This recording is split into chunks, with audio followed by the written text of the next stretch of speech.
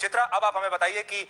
हेमंत सोरेन बाहर आए या नहीं आए, और अब आज की रात उनकी कहां बीतेगी। उन्हें तो बहुत शानदार लाइफस्टाइल की आदत है, वो प्राइवेट प्लेन्स में चलते हैं, बड़ी बड़ी गाड़ियों में चलते हैं। आज उनके लिए एक तरीके से वैसा ही होगा जैसे वो 20, 30, 40 साल पहले वापस अपने किसी आदिवासी के तौर पर किसी जंगल में चले जाएं। आज की रात काफी मुश्किल होने वाली है। जुदी उनी चेतान रे कार्रवाई बाय हुआ एनखान आदिवासी के नवा चिंता हुआ जे तेहेज आबो नवा संविधान रे पतियो बंद होया चे न्यायपालिका रे पतियो बंद होया तो दरकार चे बांग कना चे आदिवासी के नौका को एगेर बना चे रेंगे जोड़ को एगेर को नौका आदो अलिंग दो नवा दो बलिंग मेने जे आदिवासी को एगेर बना आदिवासी दो बांगा तेज नवा बुझाव दरकार कना जे तेहेन दो रेंगे जाबन मेनते नुई एगेर बना तेज अडानी और अंबानी एगेर दड़े कि ना आजिज बहु बारे ते मेन दड़े